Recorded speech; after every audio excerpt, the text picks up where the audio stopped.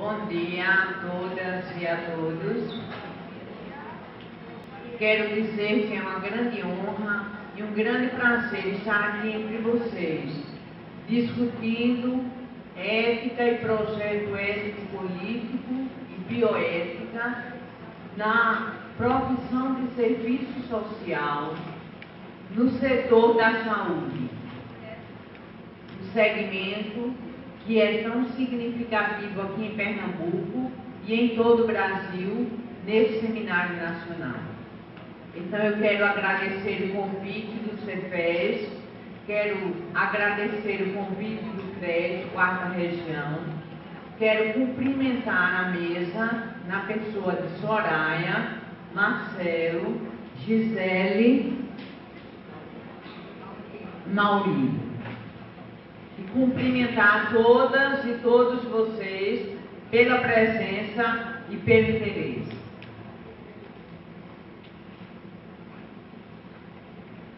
A ética, para mim e para todos nós do serviço social, é algo muito relevante e muito significativo.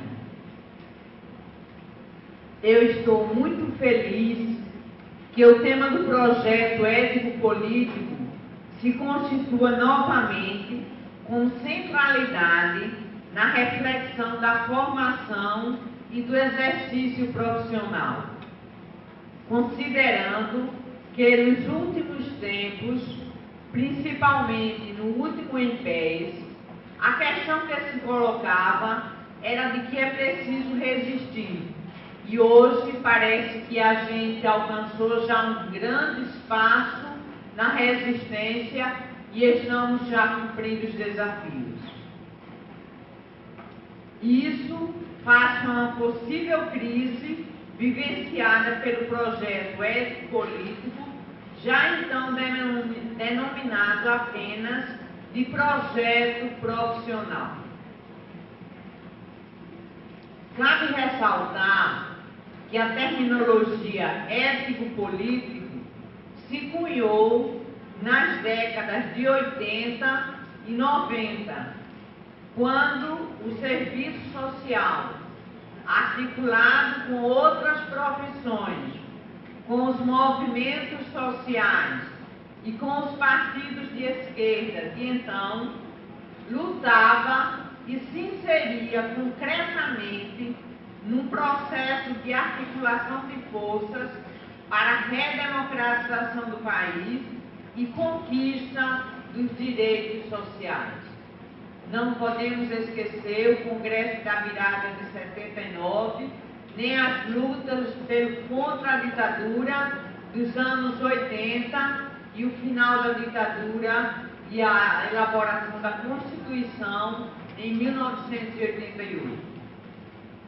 Tratou-se de um momento singular na história do Brasil, em que se consolidou uma aliança entre os segmentos progressistas da sociedade civil organizada em prol de lutas contra a reforma sanitária, a favor da seguridade social para os trabalhadores, enfim, para a universalização dos direitos civis, políticos e sociais, que não tinham significado apenas de uma visão ingênua de defesa de direitos humanos burgueses, mas de defesa intransigente de direitos humanos negados e totalmente desrespeitados, seja no âmbito da ameaça à sobrevivência pelo estado de miséria e fome da população brasileira, seja pela ameaça à vida, pelo não direito à livre expressão. Quando a categoria dos ou das e das assistentes sociais assumiu como terminologia de seu projeto profissional a denominação de projeto ético, político do serviço social, tal denominação continha em si um fundamento da ontologia social de Marx, que concebe o homem e a mulher como seres teleológicos.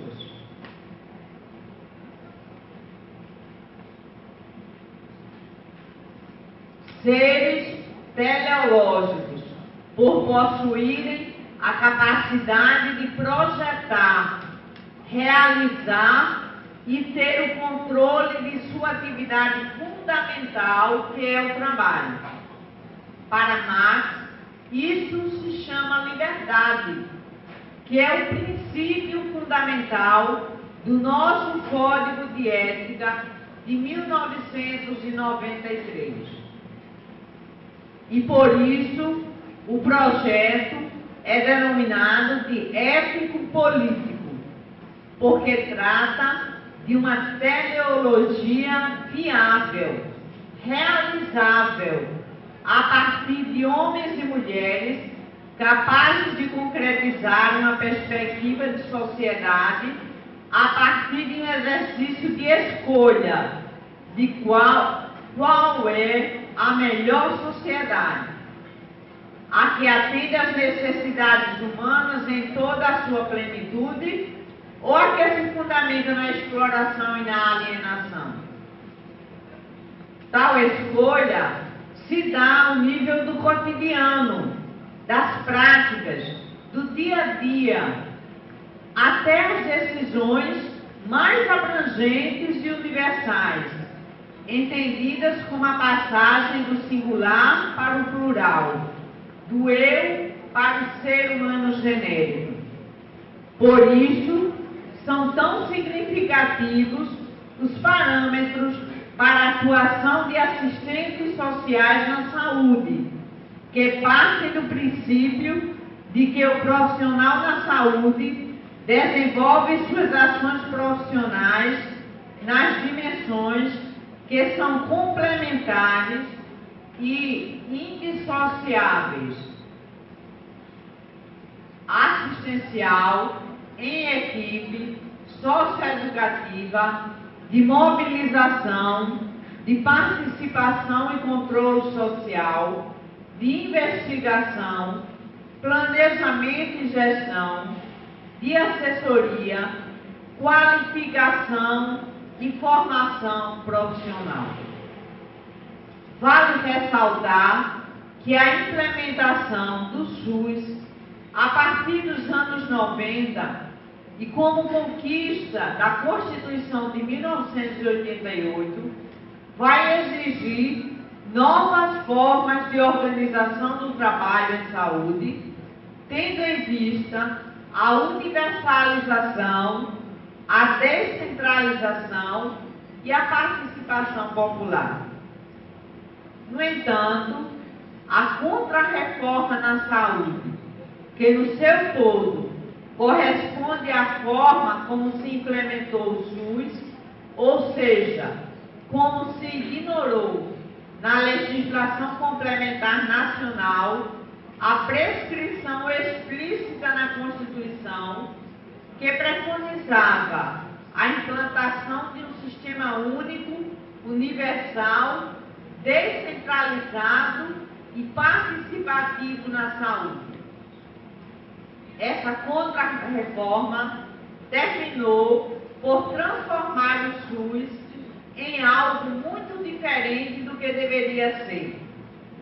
Ela acarretou no cotidiano dos serviços diferentes questões operativas: demora no atendimento, precariedade dos recursos, burocratização, ênfase na assistência médico-curativa, problemas na qualidade e quantidade de atendimento, não atendimento aos usuários, conforme o documento produzido para as reflexões dessa conferência. Isso eu tirei basicamente dos parâmetros para a atuação do assistente social na saúde. Em outras palavras, o SUS terminou por ser, na prática, a promoção de um sistema deficiente para os pobres, um sistema voltado para os pobres e por isso mesmo deficiente, enquanto o sistema privado criou as condições optimais para os ricos, para os privilegiados, para os dominadores. Não quero dizer com isso que o advento do SUS não tenha melhorado em nada a situação da saúde no Brasil. Seria uma falácia. Sabemos que, em comparação com o que existia antes, muita coisa mudou para melhor, como, por exemplo, a ampliação do atendimento. Todavia, o que estava previsto para ser feito era muito mais, e isso configurou um novo quadro conjuntural no interior da questão social. Diante dessa realidade que se formou historicamente, o serviço social se recoloca também diante da questão da escolha por uma sociedade igualitária e se pergunta como agir nas situações contraditórias que a efetiva aplicação do SUS gerou. Ou seja, o serviço social se pergunta se hoje pode-se ainda falar ou não de escolha, se o capitalismo não terminou por se mostrar como um sistema que não permite escolhas. E isso é muito grave. Mas, na realidade, estamos sempre diante de uma situação em que dois posicionamentos diferentes e antagônicos são possíveis. O primeiro é aquele de se escolher aceitar esta expressão da questão social, tendo como referência o imobilismo, fruto do determinismo fatalista. A segunda, que é aquela que hoje se mostra realista e factível e visível neste seminário, de enfrentar os desafios que se colocam no cotidiano, sem perder de vista a perspectiva de transformação. Para isso, podemos citar e nos referir a Gramsci, que já dizia: se você não sabe de onde veio, dificilmente saberá aonde quer chegar. Portanto, agora mais do que nunca, é fundamental que se tenha presente que ser assistente social na saúde não diz respeito apenas à facilitação de marcação de consultas e exames, solicitação de internação, alta e transferência, reclamação com relação à qualidade do atendimento e ou não ao não atendimento, pois tais questões dizem respeito a todos os profissionais de saúde. Cabe ao assistente social uma perspectiva ética, ter uma perspectiva propositiva, de prestar orientações individuais e coletivas, e ou encaminhamentos quanto aos direitos sociais da população usuária, no sentido de atender à demanda de interpretação da realidade e formação de uma nova concepção do mundo por parte do usuário.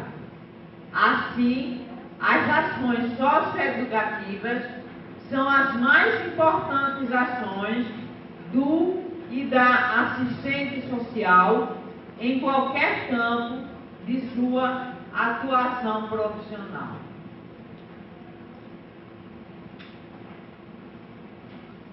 Quanto às ações em equipe, é preciso agir ética e politicamente, estabelecendo os limites e os espaços profissionais capazes de serem ocupados pelos profissionais do serviço social, negando uma postura alienada de apenas execução de tarefas e afirmando a relevância da particularidade do serviço social no processo de viabilizar a saúde ameaçada nas condições em que se encontra o paciente. É preciso contar com a compreensão dos demais profissionais de nossa concepção de mundo, nosso projeto ético-político, nossa visão de realidade e nossas atribuições, que vão muito além das simples demandas burocráticas, muitas vezes colocadas para os assistentes sociais pelos empregadores.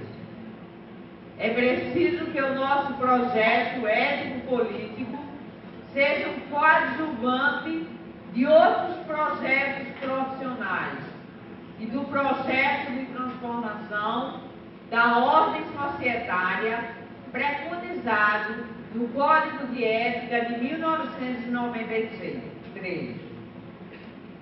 Só a competência e a postura ética poderão modificar, no interior das unidades de saúde, as cobranças por atribuições indevidas ao assistente social e que se confundem com competências de outros profissionais através de reuniões e debates entre os diversos profissionais para o esclarecimento de suas ações e estabelecimento de rotinas e planos de trabalho.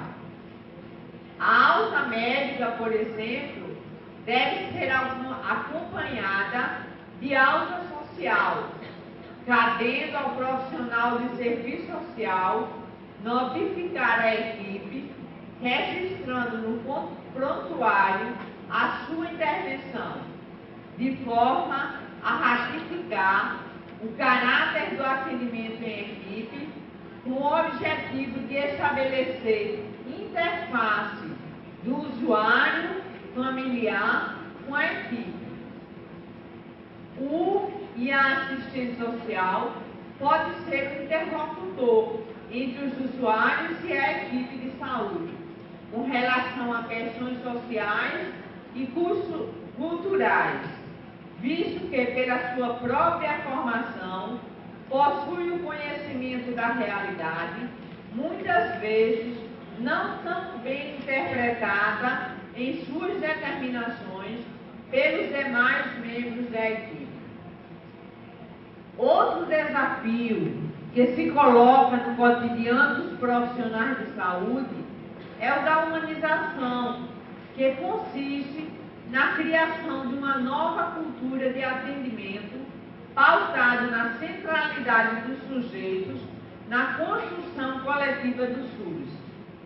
Como disse anteriormente, as ações socioeducativas podem e devem ser consideradas eixo central de atuação do e da profissional de serviço social, mesmo quando tiver que tratar de temas polêmicos, como os que dizem respeito à bioética, ou seja, o aborto, a eutanásia, a clonagem, as células-tronco, etc. Vejamos um pouco o que é bioética no sentido geral, para depois darmos uma focalização no papel que o serviço social pode e deve ter neste debate. Bioética é a disciplina que indaga os problemas morais e normativos em âmbito biomédico. Portanto, se por um lado o médico ou cientista de laboratório, profissionais da saúde em sentido estrito, são possuidores de um conhecimento técnico capaz de contribuir muito para tal discussão, discussão o fato do problema ter rebatimento direto na vida do usuário, faz com que o e a assistente social tenha também voz em questão. Portanto, tais temas envolvem questões como o pluralismo dos valores e são de competência interdisciplinar e são desafiantes, pois decidir o sim ou não de um dever ser a respeito do aborto, da eutanásia, etc., requer até mesmo um rigor científico, que envolve justificação de valores e orientação de ações.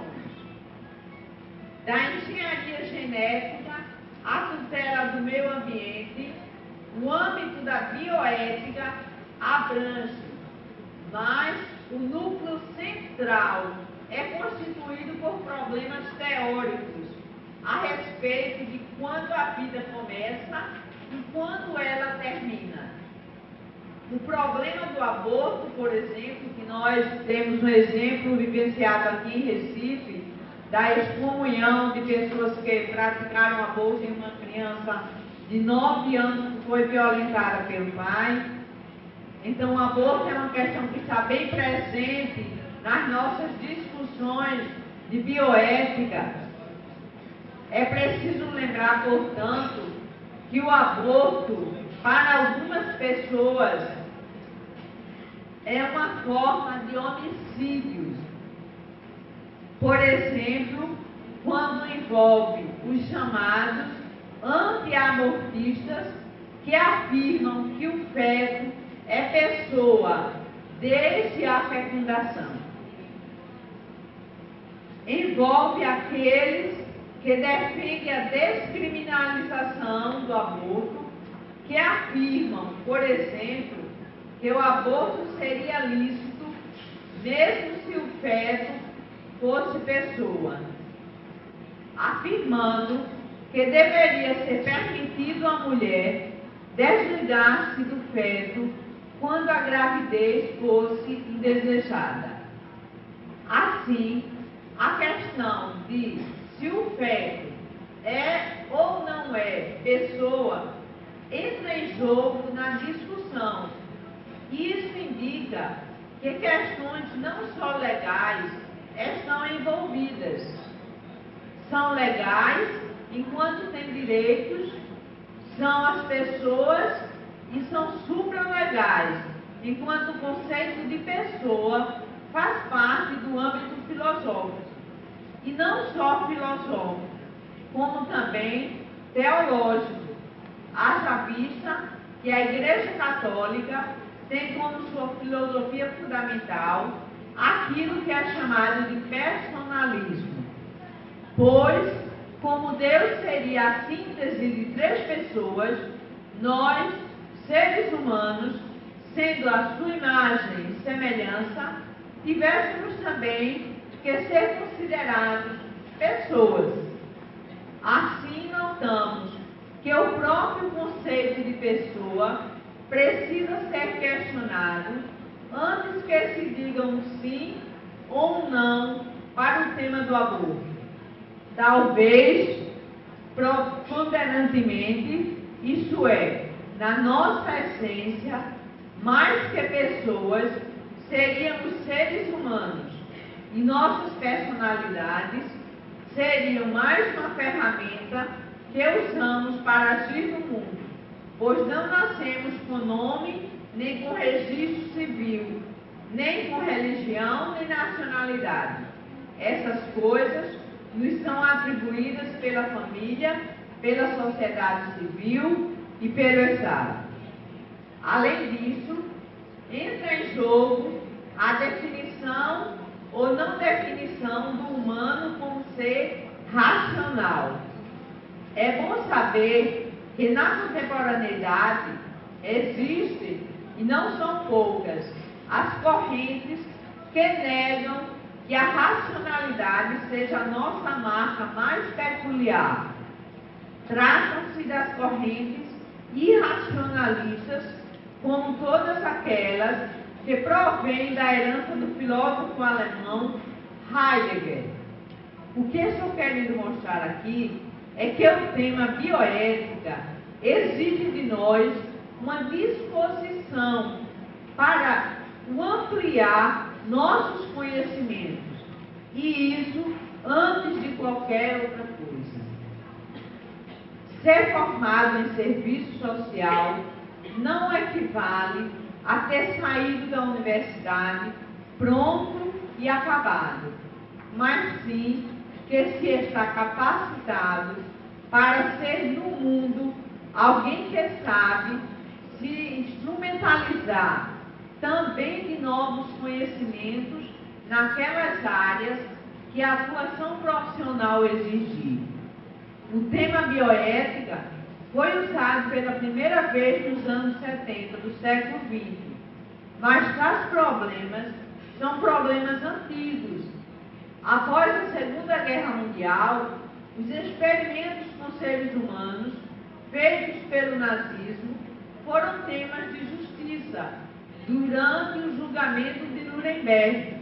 E ainda hoje, todas as questões sobre aquilo que não estão pacificamente resolvidas foram e resultam das resoluções extraídas do Tratado de Nuremberg. Ligado ao problema do feto está aquele da fecundação artificial. Notemos que, neste caso, a sociedade contemporânea vem conseguindo posicionar-se com mais força de iniciativa. Existem bancos de esperma, dentre outros aparelhos relativos a tal prática. Sobre isso, há quem diga que a fecundação artificial não deve continuar a ser praticada, alegando que tal artificialidade criaria um tipo de família também artificial e, portanto, ilícito.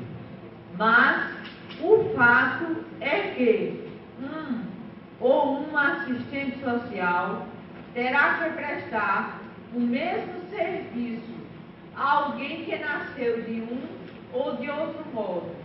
E isso não mudará em nada como se considerará aquela pessoa. Seus direitos são os mesmíssimos de alguém que nasceu, digamos, naturalmente. Esse rápido olhar que temos sobre o problema da bioética quer apenas frisar que estamos diante de temas complexos e que envolvem não só um entendimento, mas sentimentos e crenças. Como então a assistente social deve se posicionar? Em primeiro lugar, os assistentes sociais não devem se eximir de participar das reflexões de modo autônomo e devem fazer isso sem deixar que influências alheias à profissão interfiram nos seus julgamentos. Seja como for, note-se que durante a sua atuação profissional, a assistente social prima para que se cumpra a lei do país. Mas isso não significa dizer que o usuário seja colocado em segundo plano e a burocracia o possa esmagar. Os valores que orientam as escolhas dos usuários sobre o início e o fim da vida devem ser assessorados com reflexões sobre o princípio da liberdade e da qualidade de vida, sem que se esqueça que a consciência de cada usuário é possuidora de soberania e não compete ao assistente social tentar interferir no seu direito de exercer a sua livre opinião.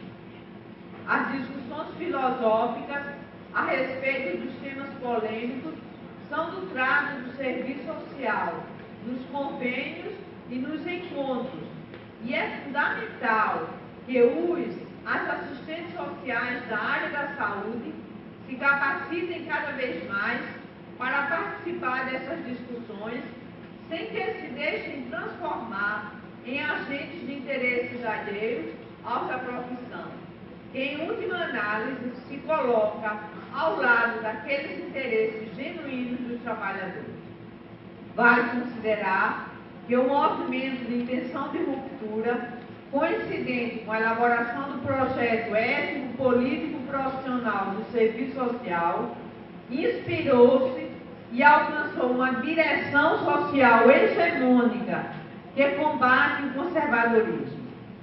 Entenda-se aqui como conservadorismo também a influência neotomista, personalista da Igreja, quando esta ativa campanhas contrárias à liberdade de consciência e escolha, seja dos usuários, seja dos profissionais de serviço social.